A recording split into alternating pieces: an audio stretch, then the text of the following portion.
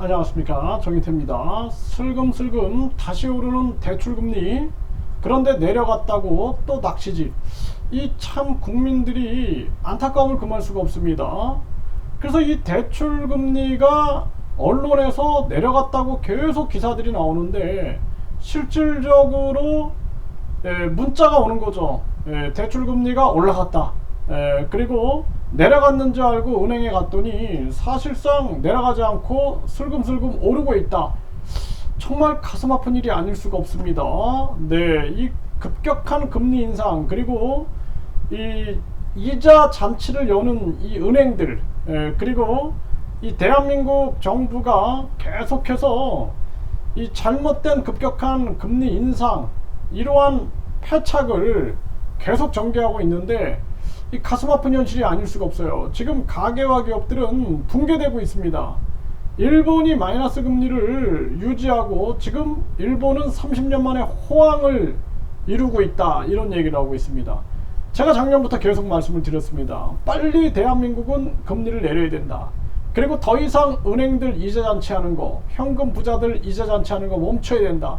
지금 내수 경제가 개판인 거예요. 수출도 개판이고, 그러면 이럴 때는 빨리 금리를 내려가지고 수출 경쟁력을 키우고 뿐만 아니라 가계와 기업을 활성화시켜가지고 생산, 투자, 소비를 증가시키지 않으면은 경제는 완전히 무너지게 되는 것입니다. 지금 계속 이 금융 기득권들이 장난질을 하게 내버려 두고 있는 거예요.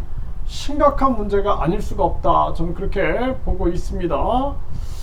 그래서 지금 이 주담대 전세금리 모두 3%대로 돈 빌려 집 산다, 이런 기사가 지금 이 디지털타임스에서 6월 4일에 나오고 있어요. 그런데 사실상 왜 많은 대출을 받은 사람들은 대출 금리가 올라갔다라는 문자를 받냐라는 것입니다. 네, 이게 심각한 문제가 아닐 수가 없는 거고요. 그리고 유동성 규제 정상화에 금리 들썩, 고정형 주담대 6%대 재돌파, 뉴스원에서는 이렇게 보도하고 있어요. 그래서 신용대출도 6%대 중반까지 상승, 은행채 발행 다시 늘자 금리를 자극하고 있다, 이렇게 얘기를 하고 있습니다. 이게 6월 2일에 보도된 기사예요. 그리고 엊그제 금리 내렸는데 다시 오른다고, 슬금슬금 다시 오르는 대출금리 왜 해가지고 헤럴드 경제에서 6월 1일날 보도했습니다. 많은 사람들이 문자를 받는 거예요. 금리가 또 올라갔다. 그러니까 사람들은 아주 분노를 금할 수가 없는 그러한 정황으로 지금 가고 있는 것입니다. 이 국민들 가지고 장난하면 안 돼요, 장난하면. 그런데 금리가 뭐 3%대로 내려갔다, 뭐 언론에서는 계속 그런 얘기들을 하고 있는데 사실상은 또 그렇지 않다라는 것입니다. 이거 뭐 낚시질하는 것도 아니고요. 급격한 금리 인상으로 어려움 겪었다, 이 금통위원이 이런 얘기를 하는데 이게 진짜 진실의 얘기입니다. 급격한 금리 인상이 지금 우리나라 금융 시스템, 부동산 시스템을 다 붕괴시키고 경제 시스템을 붕괴시키고 있는 거예요. 일시적 인플레다, 이렇게 얘기했던 미국 연준, 급격한 금리 인상으로 경제 위기를 자초했다. 환경 경제에서 얘기하죠. 이제 진실을 얘기하는 거예요. 이제 진실을. 그때는 계속 미국 금리 잘 올린다, 뭐 인플레 잡으려고 한다, 뭐 이러고 했지만 이제 와가지고는 미국이 이웃 나라들 완전히 거지 만들게 하고 주변 국가들 못 살게 굴게 만들었구나. 그리고 자기들의 달러 패권, 그리고 기축통화 패권, 공급망 패권, 4차 산업 패권을 위해서 꼼수를 썼구나. 이제 사람들이 이제 서서히 얘기하기 시작합니다. 작년에 제가 계속 얘기하지 않았습니까? 그러니까 저는 반공주의자입니다. 그래서 북한 공산당이나 중국 공산당 저는 아주 싫어하는 사람인데, 그런데 또 경제는 우리가 국익을 위하여 실용적으로 나가야 된다라는 입장을 취하고 있습니다. 그런데 우리가 이 미국이나 지금 일본이 하는 걸 보면은 뭐 군사적으로 우리가 좀 뭔가 연합을 하자 이런 쪽으로 몰고 가면서 뒤에서는 약탈을 하고 괴롭히고 있고 막 왜곡하고 있고 하는데 우리가 당당하게 발언을 하지 않으면 안 된다. 저는 그렇게 생각을 합니다. 이 백악관의 경제학자도 급격한 금리 인상 은행권에 부정적 영향을 줬다. 이제 얘기를 하고 있는 거죠. 네, 이거 머스크도 계속 비판해 왔죠. 지금 역전세 위험 가구 52.4%, 깡통 전세가 8.3%. 이게 왜 이렇게 됐습니까? 왜? 급격한 금리 인상으로 지금 이렇게 만들어 버린 거예요. 그리고 이제 급격한 금리 인상했던 건 쏙 빠뜨리고 마치 지금 다 집주인들이 사기꾼인 것처럼 몰아가는데 이거 있을 수 없는 일입니다. 네, 한국은행도 역전세 대란 경고 하반기 103만 채가 위험하다 이렇게 얘기를 했는데 이 한은이 주범의 주범. 급격한 금리 인상 미국 연준과 이 한국은행이 뭐 짜고 치는 고스톱을 했는지 일본은 마이너스 금리를 유지하고 중국도 금리를 내리면서 동결할 때 계속 금리를 올려가지고 우리나라 가계기업 부동산 금융 시스템을 다 붕괴시키고 현금 부자들하고 은행들만 부자 만드는 그러한 짓거리를 했습니다.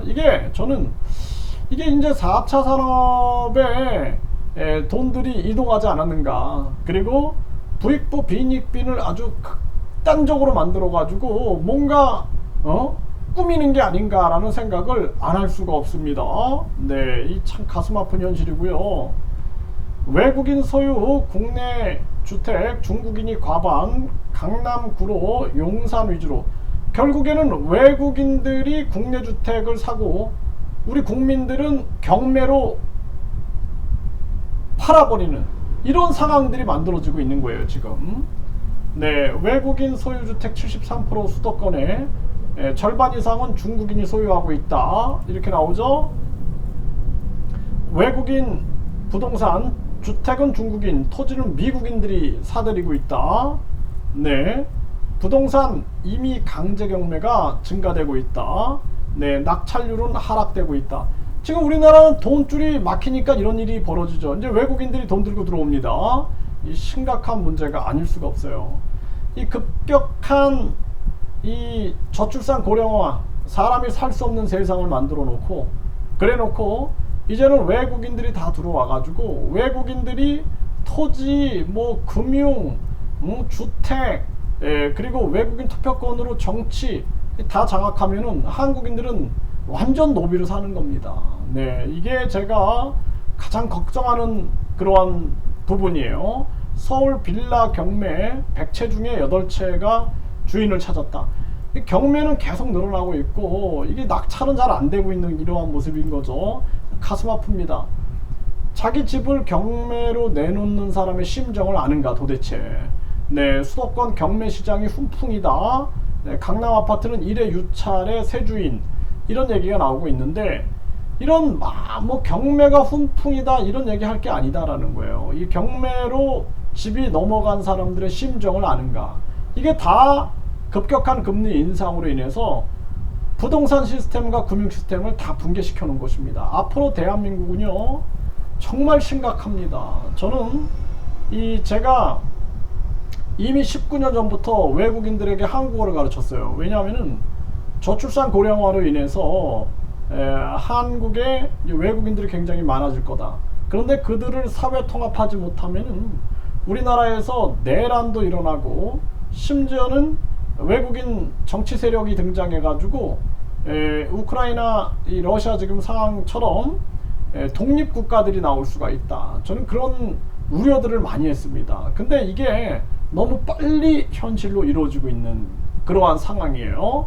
묶여있던 5대 은행들 부동산 임의 경매 하반기에 경매 폭탄.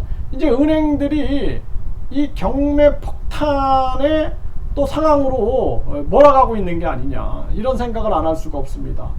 정말 우리 국민들이 너무 불쌍하다는 생각이 들고요. 우리 국민들이 저도 진짜로 제가 매일 이렇게 방송을 하면서 항상 생각하는 것은 뭐냐면은, 돈 없고 힘 없고 백 없고 사회적 약자인 이 서민들 어떻게 버티나라는 생각들, 이러한 생각들 뿐입니다. 지금 나라 경제가 얼마나 엉망진창이 됐습니까? 이 근원이 미국의 연준, 사기업은행연합회, 민간은행연합회가 꼼수를 부려가지고 바이든이하고 그래가지고 결국에는 지금 이 한국은행이 적어도 일본은행이 왜 마이너스 금리를 유지하는가 라는 걸 연구하면서 뭔가 주체적으로 판단하고 움직여야 되고 우리나라 자국 사정을 고려해야 되는데, 그러지 않아서 결국에는 우리나라 경제를 계속 지금 고통으로 몰아가고 있는 것입니다. 여기에 그냥 끌려가고 있는 거예요. 미국과 일본이 그냥 대한민국에다가 개목걸이를 걸어가지고 끌고 가고 있는 그런 모습이다. 저는 그렇게 보고 있습니다. 북한 공산당이나 중국 공산당에 우리가 강력하게 맞서는 것도 굉장히 중요한 일이에요. 하지만 미국이나 일본의 개목걸이로 끌려가는 거, 이것 또한 있을 수 없는 일이다. 대한민국파가 돼야 됩니다. 대한민국 이미 친미파, 친중파, 친북파, 친일파 때문에 이 대한민국이 지금 정상적으로 못 가고 있어요. 정상적으로. 대통령이라도 뭔가 대한민국파가 돼가지고 이 냉철하게 판단하고, 미국이 현대차나 기아차 뒤통수 칠 때 바이든 이건 안 돼! 노라고 말할 수 있어야 되고, 그리고 기시다가 장난질할 때 기시다 그건 안 돼! 라고 분명하게 노라고 얘기할 수 있어야 된다라는 거예요. 근데 그게 안 되는 거죠 지금. 그리고 뭐 삼성, 현대, LG, SK, 바이오생명과학 미국에 공장 지어서 미국의 생산, 투자, 소비 늘리고 미국의 공급망 늘려라 그러면은 그냥 네 그리고 따라가면은 대한민국 미래가 뭐가 있겠습니까? 정말 답답합니다. 저는 오늘도 제가 지방에 이렇게 가면서 많은 생각을 했어요. 지방에 가서 참 이런 생각을 하고 오면서도 운전을 하면서 참 많은 생각을 했는데 답답함이었습니다. 저는 뭐 제가 지금 정치인 아니잖아요. 제가 정치인도 아니고 제가 무슨 여당에 속한 것도 아니고 야당에 속한 것도 아니잖아요. 국민 입장에서 가만히 통찰을 해보면은 답답함밖에 없습니다. 답답함. 왜 이렇게 흘러가고 있는가? 하긴 바뀝니까? 국회의원 국민소환제가 있는 게 당연한 건데도 불구하고 국민들 거의 80%가 요구하는데도 안 하잖아요. 그러니까 진실은 그냥 다 짓밟아버리는 게 이 대한민국 현실이다라는 거예요. 정당보조금, 선거보조금 폐지하라, 시민단체 이 보조금 폐지하라 맨날 외치고, 국민투표 요구권, 국민투표 제한권 이거 국민이 가져야 된다 매일 외쳐도 변하는 게 있습니까? 정말 답답한 현실이 아닐 수가 없다라는 거예요. 하지만 계속 누군가는 해야 한다. 저는 그 생각을 합니다. 누군가는 정치적인 입장이 아니라 진짜 애국하는 입장, 정말 국민을 생각하는 입장에서 누군가는 정치적 계산 없이 항상 외쳐야 된다. 그 생각을 하면서 제가 오늘도 운전하면서 왔어요. 그러면서 과연 누가 하나 합리적이고 이성적인 판단을 가지고 치우치지 않으면서 국민 입장에서 또 자신이 대통령이나 뭐 국회의원 이런 욕심을 가지지 않고 누가 정말 양심적으로 발언할 수 있는가, 누가 하나, 그런 생각을 하면서 왔습니다. 지금도 벌써 뭐 11시, 밤 11시가 넘었는데 제가 이렇게 방송을 하는 이유는 적어도 국민 입장에서, 대한민국 입장에서, 이성과 합리 입장에서 정치적 계산 없이 누군가는 바른 소리를 해야 한다. 저는 그 생각을 항상 하게 됩니다.